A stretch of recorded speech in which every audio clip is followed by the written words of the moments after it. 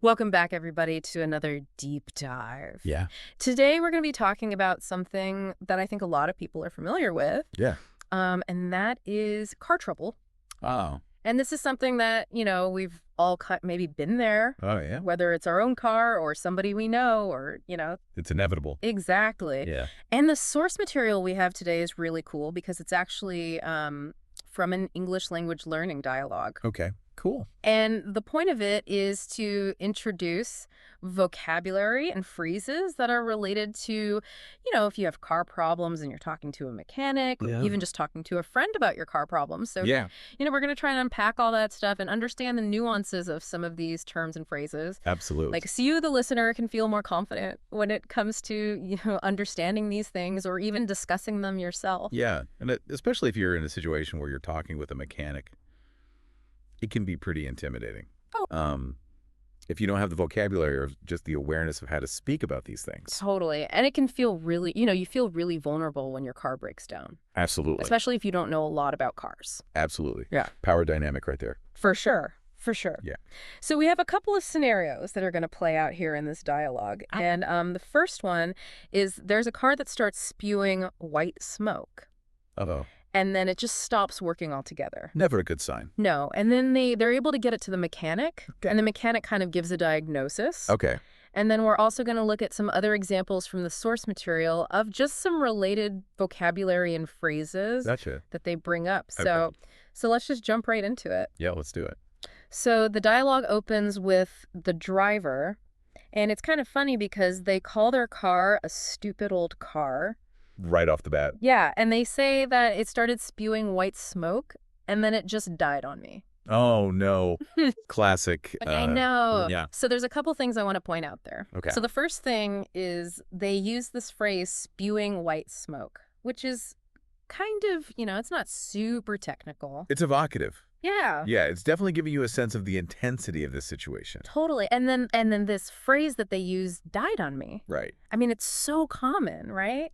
Yeah, we all know what that means. And it can be used for anything. Yeah, anything that stops working unexpectedly. Like your phone died on me. Exactly. Or my laptop died on me. Yeah, totally. So it's not just, it didn't just stop working. It like, Right. The suddenness of it. yeah, like it gave up the ghost. Exactly. Yeah. And so he says, the car started spewing white smoke and it died on me. But then he says, luckily, I was able to start it again. Okay. And I managed to get it to the mechanic. Okay, that's good. So that's a little bit of a relief. Yes, silver lining Right.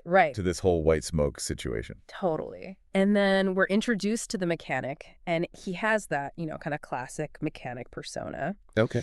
And the first thing he says to the driver is, how about you pop the hood and we can take a look? Okay, so pop the hood. Now, this is something that people who are learning English or learning about cars, Yeah.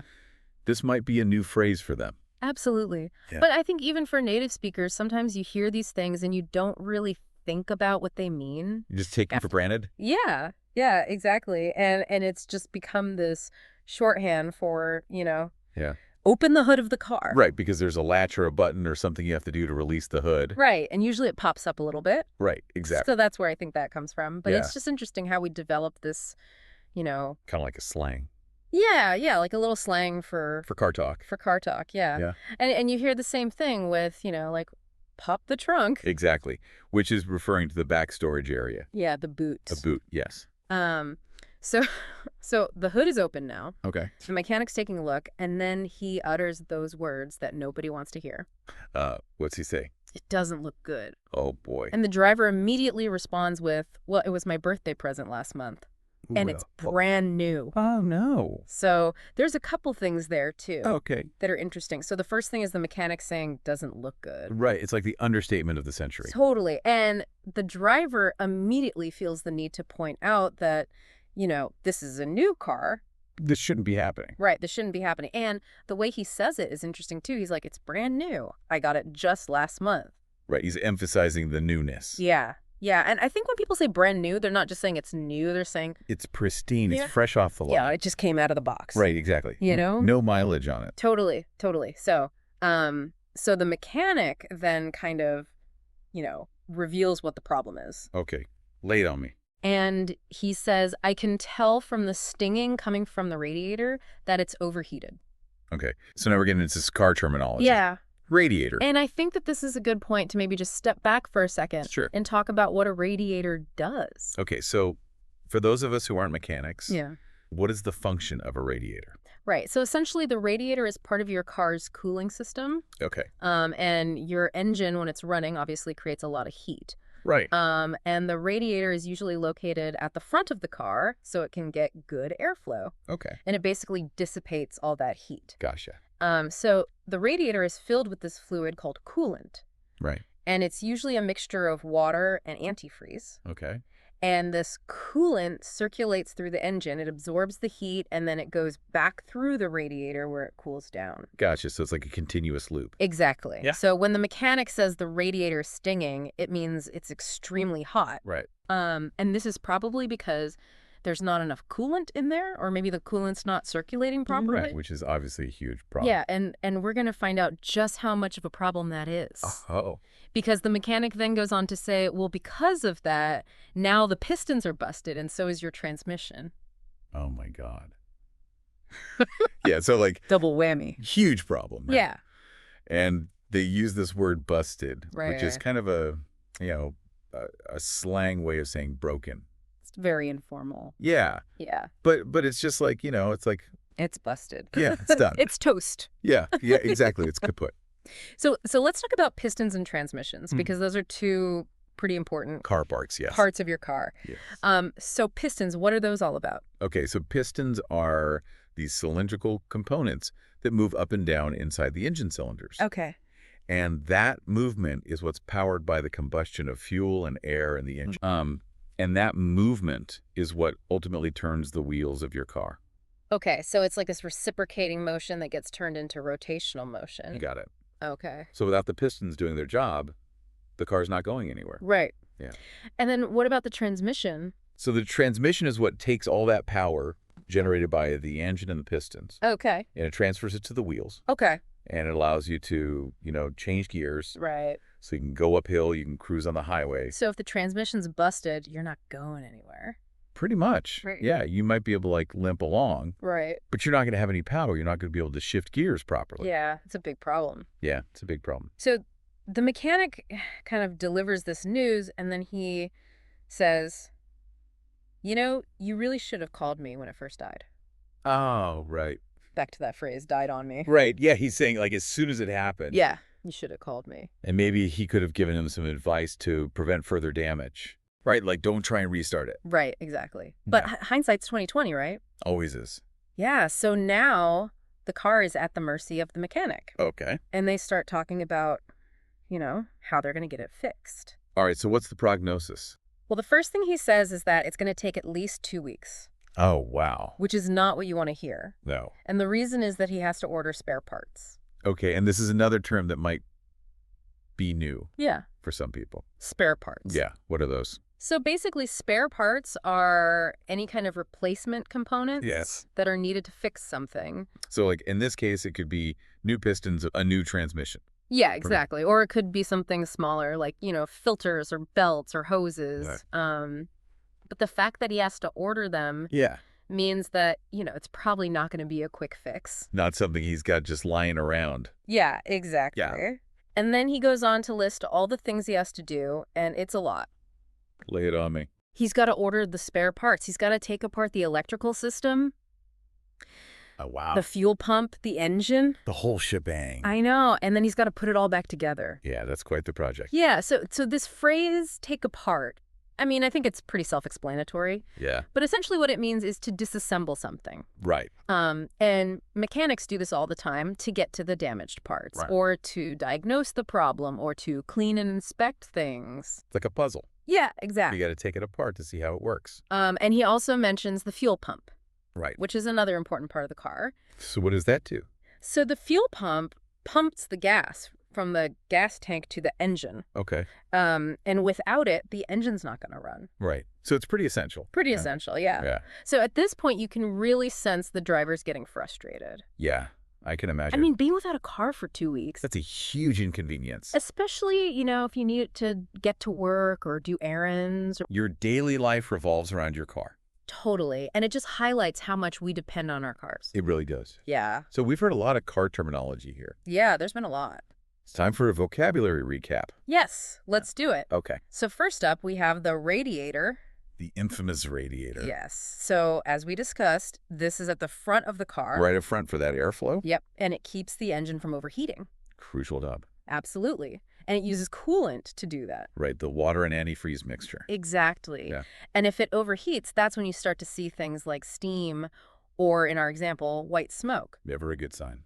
And it can lead to very costly damage. Yeah, you don't want to mess around with an overheated engine. No. No. Okay. So next up we have pistons. The heart of the engine. Yeah. So these are the parts that are moving up and down inside the cylinders. Driven by those mini explosions. Yeah. They're powered by the combustion of the fuel and air. Right. And that's what's creating the power that turns the wheels. And if they're busted, that's a big problem. Yeah, engine's not going to be happy. No. No. And then we have the transmission. The power transfer expert. Yeah, so the transmission takes that power from the engine and it delivers it to the wheels. Right. And it lets you shift gears. So Exactly. you can control the speed and power of the car. Hills, downhills all around town. Yeah, and a busted transmission means you're probably not going anywhere. Pretty much. Yeah. Or it's going to be a very bumpy ride. And then we talked about spare parts. Right. The essential replacements. Yeah, so these are just any replacement components that are needed to fix something. Could be big, could be small. Exactly. Yeah. And then finally we have the fuel pump.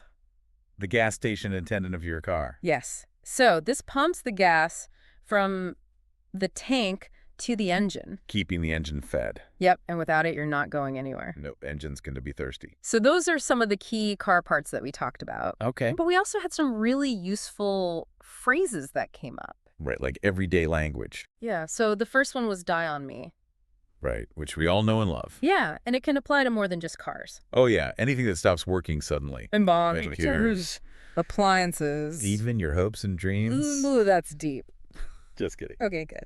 And then we had pop the hood. The classic mechanic request. Yeah, and it's just a casual way of saying open the hood. Right, and we also heard pop the trunk. Yeah, which refers to the back storage area. Or the boot, as they say across the pond. Yes, and then we had brand new. Right, emphasizing that fresh out of the box newness. Exactly. It's not just new. It's like super new. Right, like you could still smell that new car smell. Oh, yeah, totally. Yeah, And then finally we had take apart.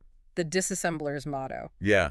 Right. And that just means to, separate something into its pieces. To figure out how it works or to fix it. Exactly. Yeah. So to really illustrate these phrases and these situations, our source material also includes some personal anecdotes. Oh, cool, like real life examples. Yeah, and I think this is really helpful because it connects the language to these real world experiences. For sure. So I shared a story about my old 1991 Honda Civic hatchback, A classic. which had a tendency to, Act up. die on me at the worst possible times. Like Yeah. in the middle of rush hour traffic on the highway. Oh, no. And it turned out that the transmission was shot. Another way to say it busted. Yeah, exactly. Yeah. And I was stranded. So what happened? Well, luckily, a kind stranger stopped to help me. That's awesome. It was really nice of them. Yeah, there are still good people out there. And what about you? Did you have any car trouble stories? Oh, yeah, I've got one. Okay, let's hear it. So I was driving one day, and it was pouring rain. Oh. And I saw these two young women on the side of the road looking very distressed. Okay. And their car had a flat tire. Oh, no. So I pulled over and, I helped them change the tire. That's so nice of you. Well, it's the right thing to do. Totally. And they were so grateful, they even offered me a tip. Wow. Yeah. But of course I refused. Of course. But it was a nice gesture. It was a nice gesture, for sure. Yeah. So it's good to be prepared for these kinds of situations. Absolutely. And our source material also has this really handy audio review section where they go over some of the vocabulary. Okay, cool. Let's go through that. Yeah, so the first word is spew. Which we already talked about. Yeah, to forcefully eject something. Right, like that white smoke. And then they have gearbox. Which is basically another word for transmission. Yeah, or at least the part that houses all the gears. Right. And then die on. We've covered that one extensively. Yes, we have. Yeah. And then muffler. The noise reducer. Yeah. So Yeah. this is the part of the car that makes the engine quieter. Right.